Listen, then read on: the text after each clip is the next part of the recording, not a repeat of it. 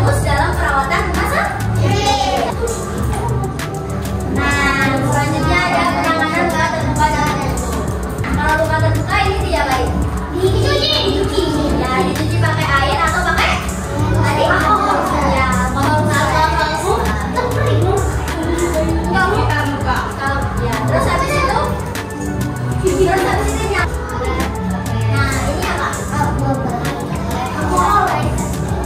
Alkohol ya, berarti bisa pakai air, bisa pakai alkohol swab, tapi lebih aman pakai alkohol swab yang sudah disediakan kakaknya.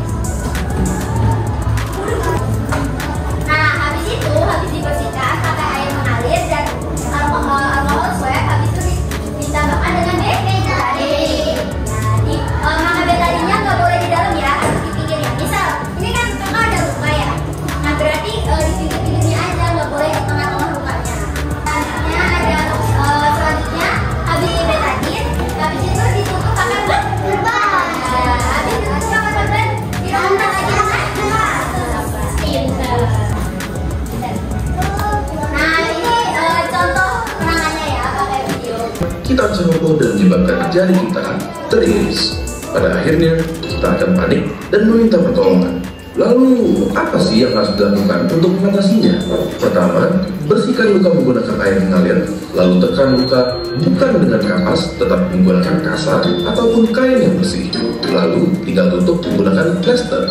Bagaimana? Cukup mudah bukan? Ngomong-ngomong, video ini merupakan kolaborasi anak. Mana pada luka tertutup. Nah, yang pertama itu yang harus dilakukan harus dikompres.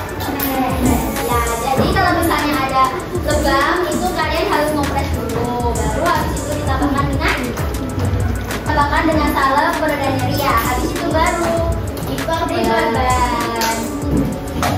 dibawa ke fasilitas kesehatan. Soalnya ini sangat membahayakan kalau misalnya kita salah untuk penanganannya. Jadi harus memperhatikan. Di sini ada yang mau itu nggak? Untuk mengobati lukanya. Kalau nggak